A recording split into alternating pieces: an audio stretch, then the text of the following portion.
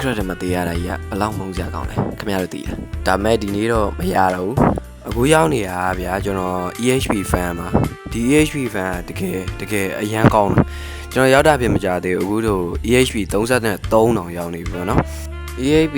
60လောက်ရောက်ရင်တော့နည်းနည်းကျဉ်နေလိုက်မယ်ပေါ့နော်ဘာလို့လဲဆိုတော့ကျွန်တော်အန်ချမ်းစရာတွေလည်းရှိသေးတာဖြစ်တဲ့အတွက်နည်းနည်းတော့အချိန်ကုန်တက်တာအောင်လို့60လောက်ပဲယူလိုက်မယ်ကျွန်တော် EHP စုနေတော့မှာ bro တို့ကျွန်တော်အတိတ်ကိုခဏလောက်ပို့ပေးရစီ let's go နှစ်ဒီဆိုတော့ကွာပုံမှန်တခြားစီနေနေမှာတွေ့လို့မရအောင်ဟမ်ဘာရှိလို့မရဒီမှာတစ်တယ်ဆွလို့မရဆိုတော့လားအော်ဟိုမှာတယောက်တည်းကြည့်ဟိုနောက်လှည့်ကြည့်လိုက်မကြည့်ရโอเคလာโอเคအဲ့တော့ bro ဒီတစ်ခေါက်က Vocacraft Unity bonus season ဖြစ်တဲ့အတွက်အရင်တစ်ခေါက်က survivor နဲ့မတူပေါ့နော်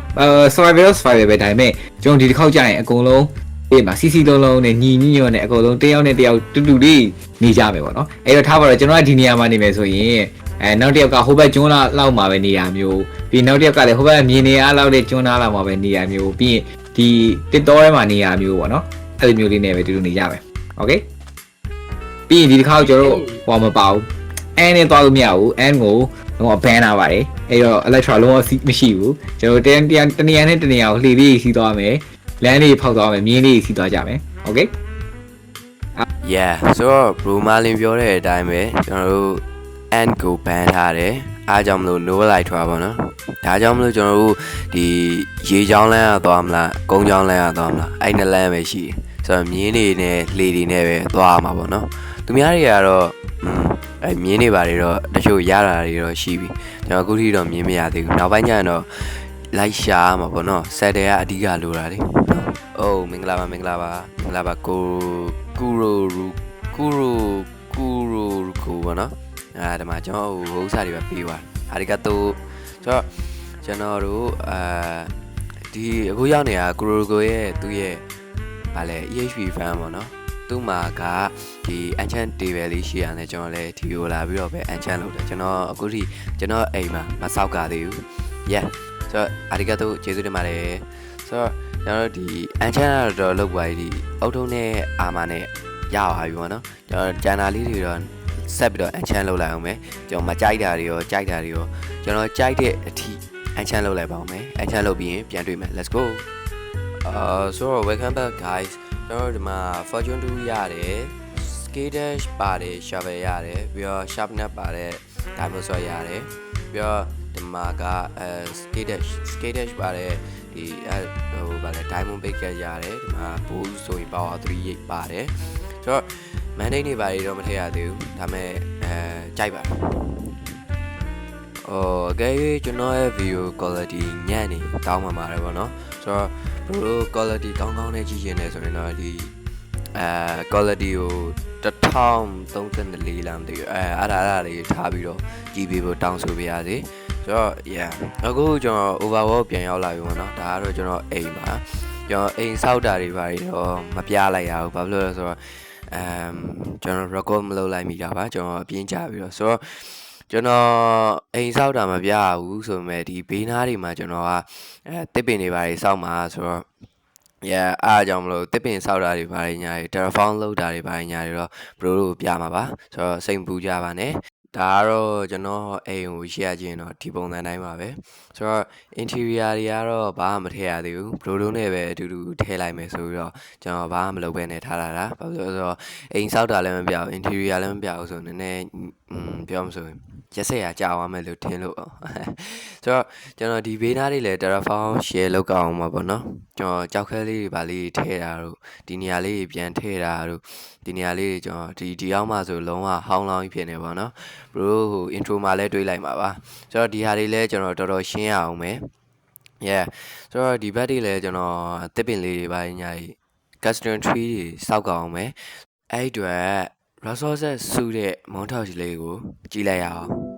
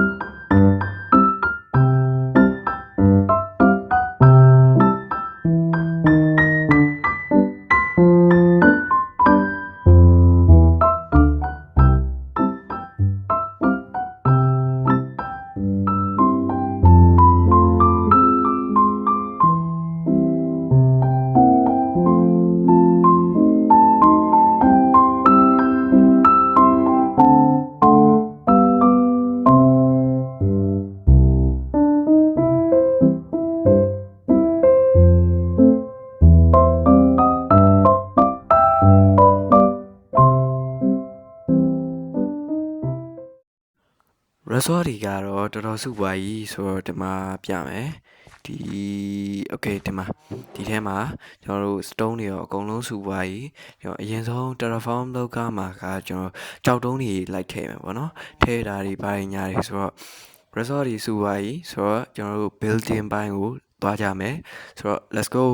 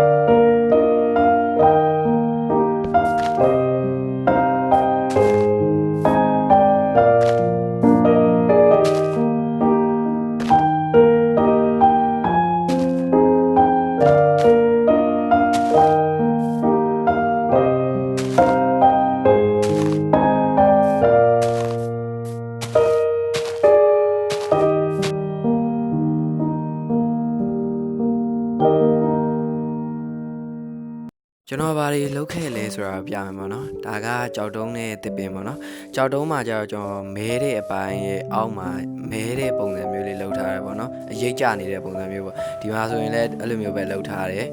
ဒီဘက်တွေမှာလည်းအဲ့လိုမျိုးပဲလုပ်ထားတယ်ပေါ့နော်ပြီးတော့ဒီဘက်တွေဆိုရင်ဒီမှာဟိုဗာလဲကြောက်တုံးလေးတွေထည့်ပေးထားတယ်ဒီ cliff side ပုံစံမျိုးလေးဖြစ်အောင်လို့ဆိုပြီးတော့လုပ်ထားတယ်ဒီပုံမှာဒါတော့ထားလိုက်ချွင်းချက်ဆိုတော့ဒီဘက်တွေမှာဆိုရင်ဒီမှာတစ်ပ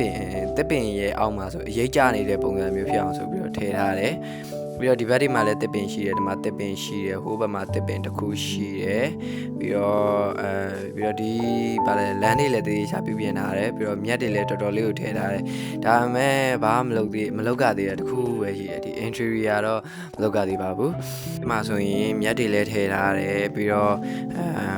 ဟုတ်ပါပြီဒါကတော့အကုန်လုံးပါဆိုတော့အားလုံးပဲနည်းနည်းinterior တော့မလုပ်ကသေးဘူးဆိုပေမဲ့အားလုံးတောင်းပန်ပါတယ်ကျွန်တော်အချိန်ကိုငှဲ့ညာတဲ့အနေနဲ့7မိနစ်တောင်ဖြစ်နေပြီဆိုတော့ဗီဒီယိုကလည်းတော်တော်ကြီးကိုရှည်သွားလိမ့်မယ်အရင်လည်းမရှည်ချင်ဘူးဆိုတော့ကျွန်တော် off camera ပါပဲတော်တော်လေးကိုလုပ်ပလိုက်တော့ပါမယ်ဆိုတော့